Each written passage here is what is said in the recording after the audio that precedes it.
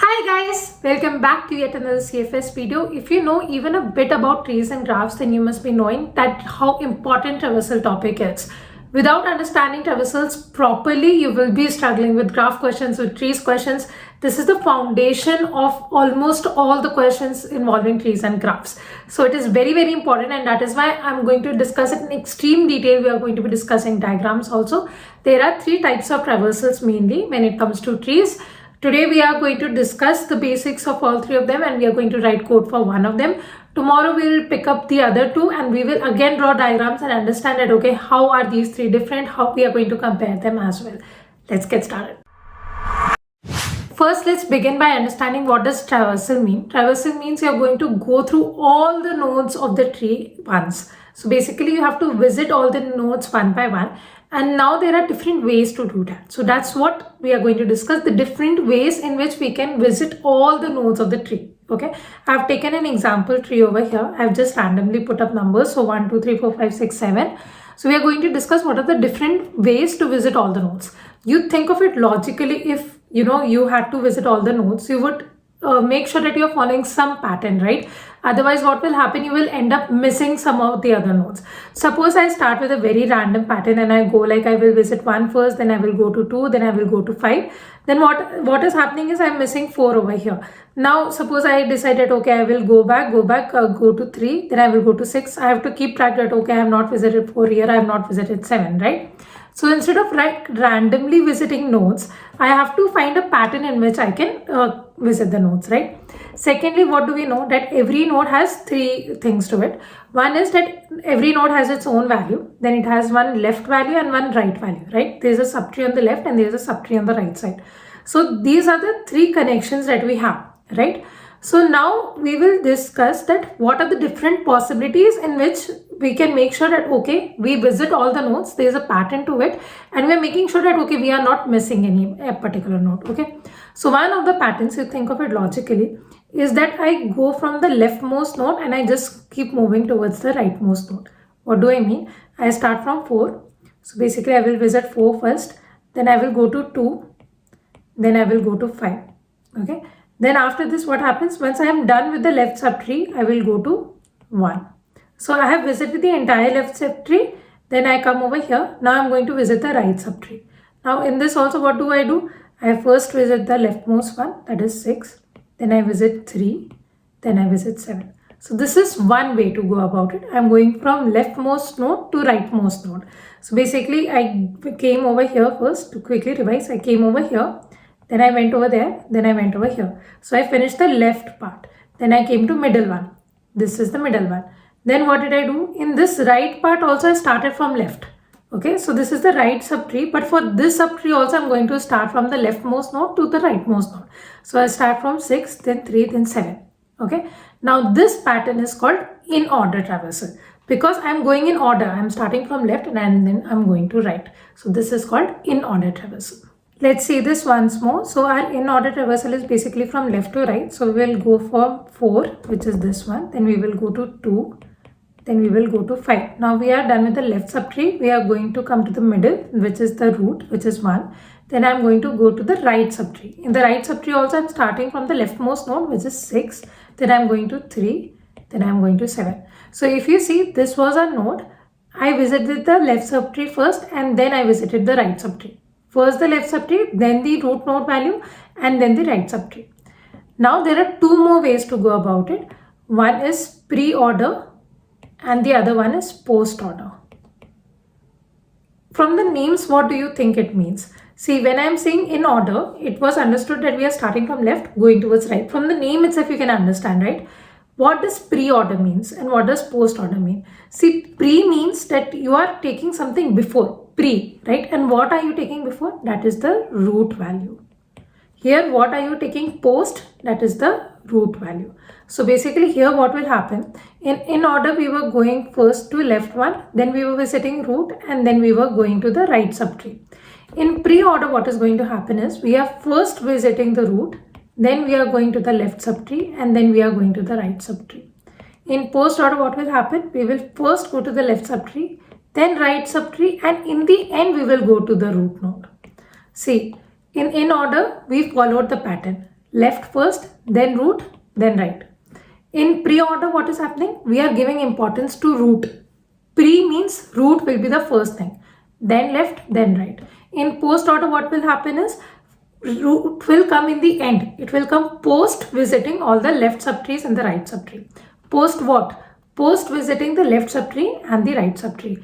Pre what? Pre, that is before visiting the left subtree and the right subtree.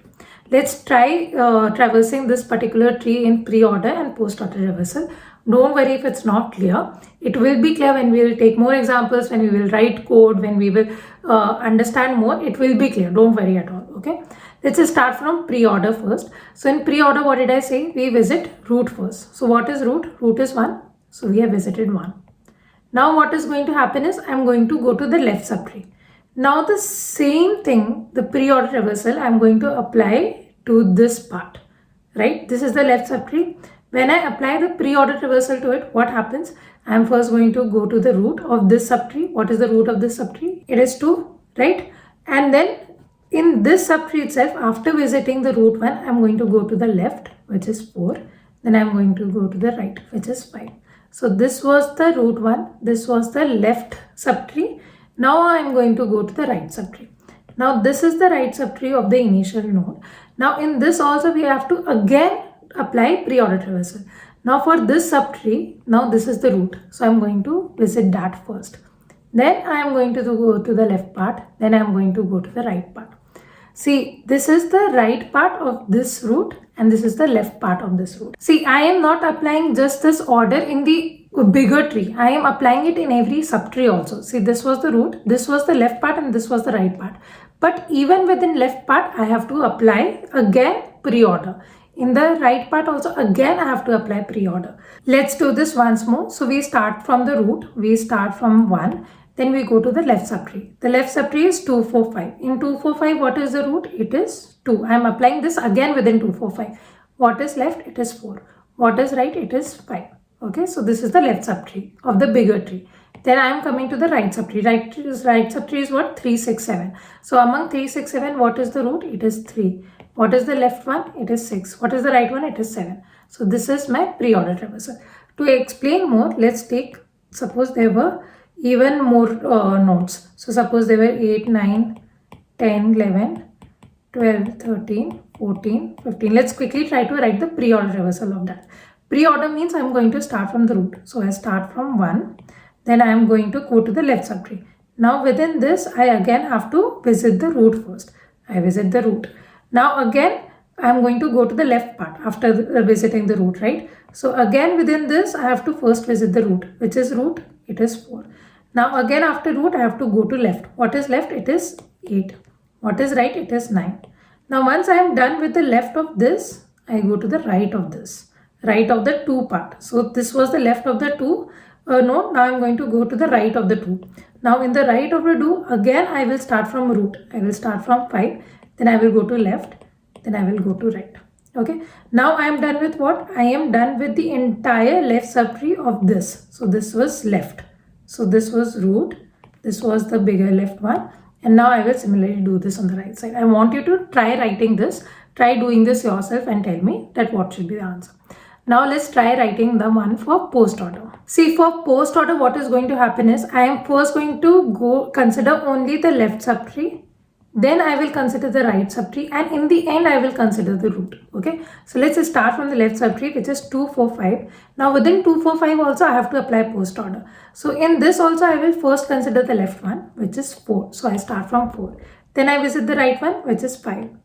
Then I go to the root one, which is what? 2. Now I am done visiting the left of 1. Right now I will go to the right of 1, which is this subtree. Now in this subtree, I will again apply post order. So I will start from left, which is 6. Then I will go to right, which is 7. Then I will go to root, which is 3. Then in the end, I will go to this, which is 1. Okay, let's try understanding this once more. So we start from the left subtree, which is 2, 4, 5. Within 2, 4, 5, what is the left part? It is 4. And what is the right part? It is 5. What is the root part? It is 2. So we are done with the left subtree. Then we go to the right subtree of 1. Okay, what is the right subtree of 1? It is 3, 6, 7. What is the left in that? It is 6. What is the right in that? It is 7. What is the root? It is 3. Then in the end, we go to the root, which is 1. So this is the post-order traversal of this particular tree. So now what we are going to do in the rest of the video is we are going to forget about pre and post order. We'll come back to that tomorrow. Today we are going to focus on understanding the code of Inorder Traversal, and we are going to write the recursive code of it, and we are going to try it and see how it is working. After writing the recursive code of all of these traversals, we are going to also write the iterative code so that you can understand the difference about how it is working. Okay. Let's begin writing the recursive function. Now suppose I have a function which doesn't return anything. I'm just calling it func, and I am passing a node to it. Okay, so I'm passing some particular node. Initially I'm going to pass what? I'm going to pass the root node, right, which is 1. Now what am I going to do in the function is, what do I do in order? I first visit the left subtree, then I visit root, then I go to the right subtree.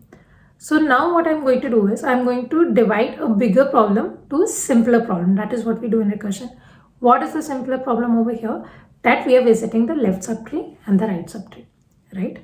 So what I'm going to do over here is I'm going to visit the left subtree. So what I'm going to do, I'm going to recursively call the same function and pass the left subtree. Don't worry, we'll make it more clear. So don't worry at all. Okay. And now what do I do? After calling the function for the left subtree, I am saying output, we will do whatever is given to us in the question. Suppose we have to add it in a vector, we will add it in a vector, or suppose right now to understand it, I am going to output it. So what am I going to do? I am going to output root ka data value or value, whatever, right? So now I am outputting. Now I have done this part, I have done this part. What am I going to do after that? I am going to recursively call for the right subtree. What am I doing? I am converting the bigger problem to simpler, smaller problems. What is the simpler, smaller problem over here? Applying the same Inorder Traversal in the left subtree and in the right subtree. Let's see how will the code work. Let's try run it. Okay. I will initially start from here. My node value is what? It is 1. In my recursive tree, I have called the function for the node 1. Right. Now what do? I get into this and I again call the function and I pass what? I pass 2, right? I pass 2 to it, right? Now what happens after passing 2, I again come back to this. I have passed 2 right now, okay? I again come into this and I pass now 4, right? Now I have passed 4 into it. Now when I go to 4, I know I go to left and I see, okay, there is no left. So should I pass this? So now for that, I have to make sure, because there is no left, I'm going to put a check over here. If there is a left value, only then call the function. Otherwise, what will happen? I will end up passing null pointer and I will end up getting what? Null ka data. That is why I will end up in segmentation fault. Okay. So I am putting check over here also if node ka right. Otherwise, another way of writing the same code would have been that instead of adding these checks over here, I would have just added that if there is no node, return. Like my first, if there is no node, just return. Don't do anything. This is one way of stopping my recursion. We have discussed these ways earlier, guys. So basically what is happening, I am saving my calls by putting checks over here and here. But another way would have been, I just put one check in the starting of the function. Then whoever is calling the function, it's fine. Even if I'm passing null pointer, it's fine. I'm just going to return from the first line itself. That's another way of writing the function, okay? But let's assume that, okay, check is there right now. So we go to 4. There is nothing on the left. So what do?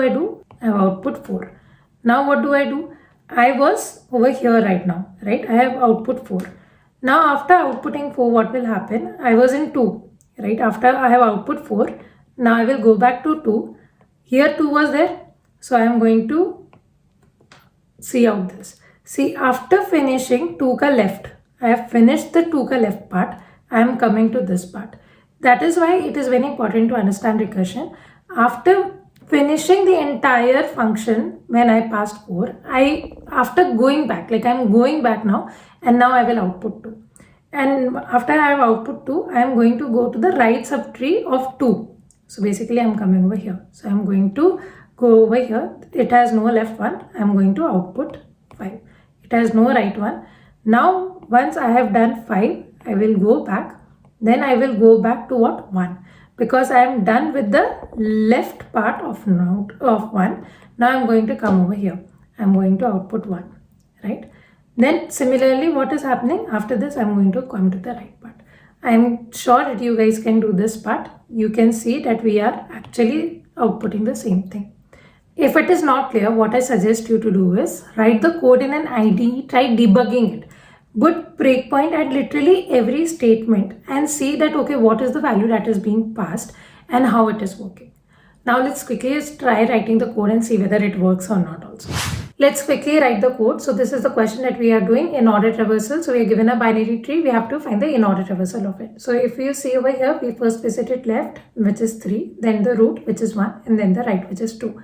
Over here also, we are starting from left. So we went to 40, then root of this left subtree, which is 20, and then right part of this 40, 20, 60 wala left subtree. So 40, 20, 60 was the left subtree of 10. Then we visited root, and then we went to the right subtree. And within right subtree also, we first went to the left one and then to the root one. So let's quickly write the code over here. You can see we have to return the vector of integers. So notice we are not returning like vector of nodes. We are going to return vector of integers. Integers are what? It is the data value that every node has. Okay. So what we are going to do, we have to save our answer in vector of integers, right? So we are going to first make a vector. Now we are going to write a recursive function. So now to write the recursive function, I am just calling it helper.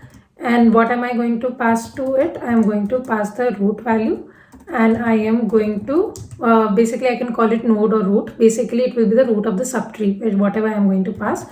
And I will pass the vector also because I have to add the values to this vector, right? So now what do we do in order? We first go to the left subtree. So I'm going to call the same function, and in this what am I going to pass? I'm going to pass the left one, and I am going to pass res.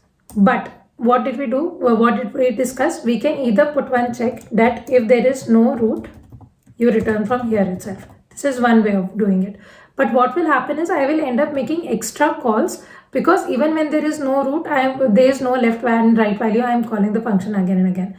So instead of that, this will be shorter code for sure. But instead of this, what am I going to do? I am going to add check over here that only if there is root ka left, then you call this. Okay. Then what am I going to do? I am going to put the value of the root in this. So basically whatever root value I had, that data I am adding to the vector. And after this, I am going to check that if there is a node on the right, I am going to call the helper function, and I am going to pass root ka right and res, right? Now your first question should be that I have put the checks for the root ka left and the root ka right, but I have never put a check for the first time the function is being called. Now this is a very important question that you should have had. If you didn't have it, like, you know, think about it, and why didn't you think of this case? So for that, you can see that the constraints given to us says that the number of nodes is at least 1. So the first time that I'm going to call the helper function, root is going to be there, right? At least one node is there. And next time the helper function only I am calling, and I am calling it only after putting check. Another way would have been I remove these checks and I put the check in the starting. Okay. So now what am I going to do over here? I'm going to call the helper function. I'm going to pass root and res, and I'm going to return res from here. Let's quickly compile and see. It's correct. Let's submit and see. Books. Now let's quickly discuss the time and the space complexity also. If you did not watch the YouTube short that I uploaded yesterday, you should have watched it. Okay. If you have not watched, why have you not watched? So here the expected time and space complexity is order of n. N is the total number of nodes that are there. Because we are visiting all the nodes exactly once, so the time and the space complexity is order of n, because we are storing the answer also, right? So how big will this vector will be? It will store at max how many node values? It will be n. So space complexity is also of order n, and time complexity is also order of n. If it is not clear, don't worry, we are going to discuss this more in detail tomorrow. We are going to write the codes for pre and post order, and we are going to compare all of this. So you have to show up tomorrow, okay? I do not want to see the attendance decreasing. Motivate each other in the comments, motivate me also.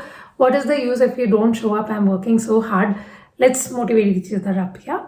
So see you tomorrow.